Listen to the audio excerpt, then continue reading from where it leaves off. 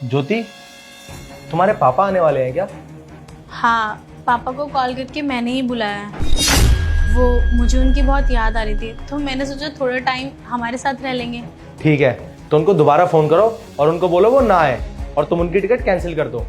अजय, मैं ऐसे कैसे उनकी टिकट कैंसिल कर दूं? और तुम्हें क्या प्रॉब्लम है? अगर वो थोड़े दिन के लिए हमारे साथ घर में रहने भी आ जाएंगे तो इसमें दिक्कत क्या है? बहुत दिक्कत है यार, उनके आने जाने का खर्चा मैं करूं और जब तक वो यहाँ रहेंगे उनके दवा दारू का इंतजाम मैं करूं।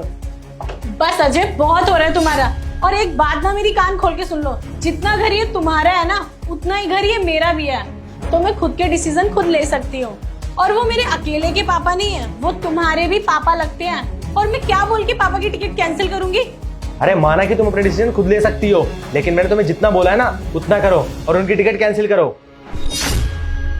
अरे अजय, मेरी बात तो सुनो, मैं ऐसे कैसे पापा की टिकट कैंसिल कर दूं?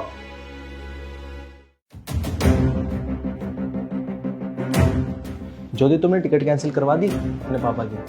अजय, क्या हुआ है तुम्हें? और तुम्हें क्या प्रॉब्लम है मेरे पापा से? आने दो ना उनको घर पे, मेरा कितना मन है उनसे मिलने का।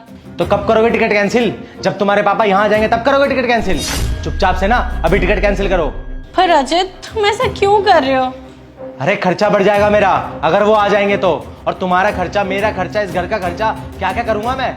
और मुझे अपने घर पे भी तो पैसे भेजने होते हैं ना, और अगर वो आ जाएंगे तो ये सब कैसे मैनेज करूंगा मैं? अब मेरी बात ना कान खोल कर सुन लो, तुम अभी के अभी टिकट कैंसिल करो, समझ गए तुम? अजय, तुम्हें क्या हुआ है? तुम क्यों कर रहे हो मेरे साथ ऐसा? मैंने कहा ना अभी के अभी कैंसिल करो। ठीक है, कर दी। बस हो जाओ तुम खुश। ठीक है, गुड। और एक बात बताओ, तुम मेरे साथ ऐसा क्यों कर रहे हो? तुम्हें क्या प्रॉब्लम है? अगर मेरे पापा आ भी जाएंगे, थोड़े दिन रह लेंगे, तो इसमें दिक्कत क्या है? अच्छा, अरे शुक्र मनाओ कि मैंने तो बस तुम्हारे पापा की टिकट कैंसिल करी है, तुम्हारी तरह नहीं कि तुमने मेरी मम्मी की बेइज्जती करी। अजय, ये तुम क्या बोल रहे हो? और क्या मतलब है? मुझे तो कुछ समझ नहीं आ रहा। अच्छा, याद नहीं है तुम्हें? अरे याद करो, कुछ टाइम पहले तुम्हें मम्मी से कैसे बात कर रही थी। अरे मम्मी जी, आप समझने की कोशिश करिए। आपको तो पता है ना, मैं और अजय यहाँ पर नए नए शिफ्ट हुए हैं, और जब नए शिफ्ट होते हैं तो कितनी सारी प्रॉब्लम्स होती है। अभी हमें राशन का खर्चा, फर्नीचर का खर्चा, इलेक्ट्रिसिटी का खर्चा, और बाकी जो अजय की ईएमआई चल रही है उनका अलग से खर्चा। तो मम्मी जी, अजय के ऊपर कितना प्रेशर आ जाएगा ना। तो प्लीज मम्मी जी, आप थोड़े दिन रुक जाइए, आप अभी मत आइए।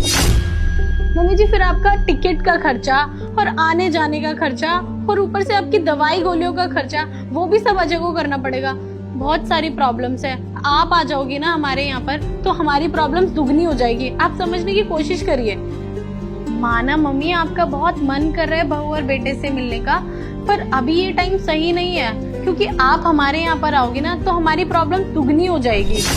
आप मेरी बात सुनिए, आप एक काम करिए, आप अगले महीने आ जाइए, मैं अगले महीने आपकी टिकट खुद करवा दूंगी।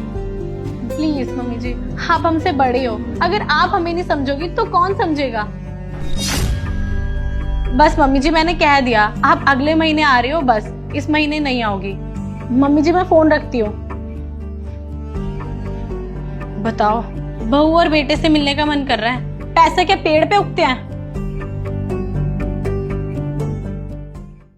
अब बताओ क्या प्रॉब्लम थी तुम्हारी? अगर वो इस घर में आ रही थी तो क्या दिक्कत है? और फ्लाइट की टिकट मैं बुक कर रहा था, सारा खर्चा मैं उठा रहा था, तो तुमने ऐसे बात क्यों की उनसे? तुम्हें तो प्रॉब्लम होगी ना, क्योंकि मेरी माँ जो फ्लाइट से आ रही है और तुम्हारे तो आग लग गई होगी। और अगर वो यहाँ आ जाती तो तुम्हारी प्राइवेसी छिन जाती, क्योंकि तुम्हें अकेले रहने की आदत है ना।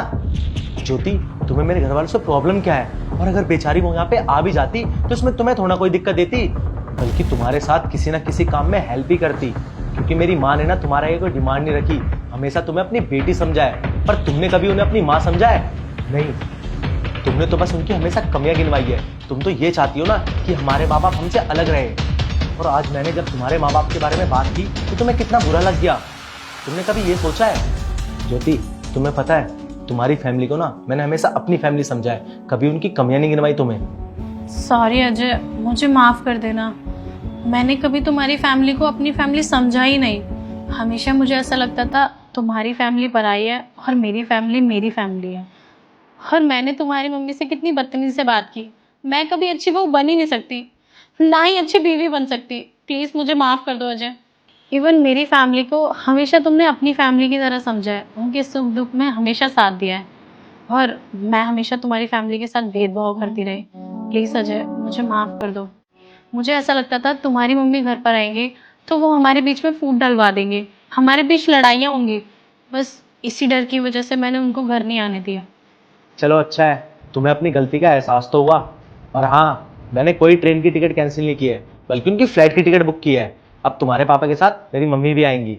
और प्लीज़ इस बार कोई ड्रामा क्रिएट मत करना। Thank you so much Ajay.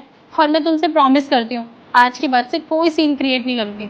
और हाँ, मैं तुम्हारी मम्मी की ज़िंदगी भर सेवा करूँगी और ना ही कभी उनको शिकायत का मौका दूंगी। एक अच्छी बहू बन के दिखाऊंगी। अब चलो जाके एक कप चाय बना दो, मेरे सिर में बहुत दर्द हो रहा है।